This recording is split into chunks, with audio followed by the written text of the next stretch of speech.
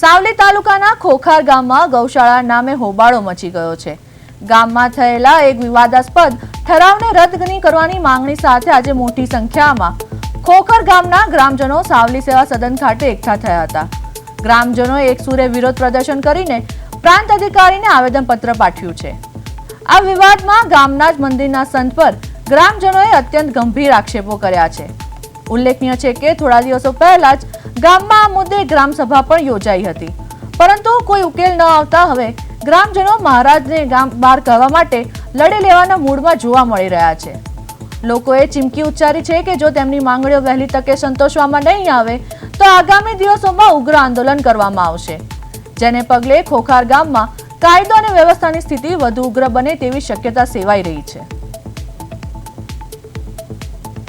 અમે હવે કે પહેલાં મને એવું અમારી પંચાયતને અમારા ગામને એવો વિશ્વાસ હતો કે આ શારીરિક લક્ષણો એમના સારા છે એમ સમજીને અમારી પંચાયતે જે તે સમયે 2021-22માં ઠરાવ કરી અને એમને પરમિશન આપ્યું। હાલની તારીખમાં કોઈ પરમિશન આપ્યા પ્રમાણે એમને મંદિર નથી બાંધ્યું, ખાલી દિવાલો ચણી છે, મંદિરનું કોઈ આકાર નથી। અને અત્યારે હાલની તારીખમાં મંદિરના સિવાય બીજો ગૌશાળાનું વિશ્લેષણ કરવા માંગે છે। હું પોતે રબારી છું, મારે પોતાને પણ ગાયો છે, તો પછી પાછળનું મારી ગાયોનું શું થશે? પછી કદાચ આ રીતથી હું પણ મારી ગાયો માટે માગણી કરું તો પંચાયત મને ઠરાવ કરી આપશે। ગામમાં મહારાજને સારી રીતે સારા મહારાજ છે એમ કરીને અમારા ગામમાં રાખ્યા હતા, પણ પાછળથી અમને એવું ખબર પડ્યું કે મહારાજ તો તંત્ર મંત્ર વિદ્યા કરે છે, કારા કામો કરે છે, બહારના માણસોને લાવીને ગામમાં રાતના ટાઈમે મોડી રાત સુધી રાખે છે અને ગામના તળાવને શુદ્ધિકરણથી બગાડે છે, ઘણી વસ્તુઓ વારીને તળાવમાં નાખે છે।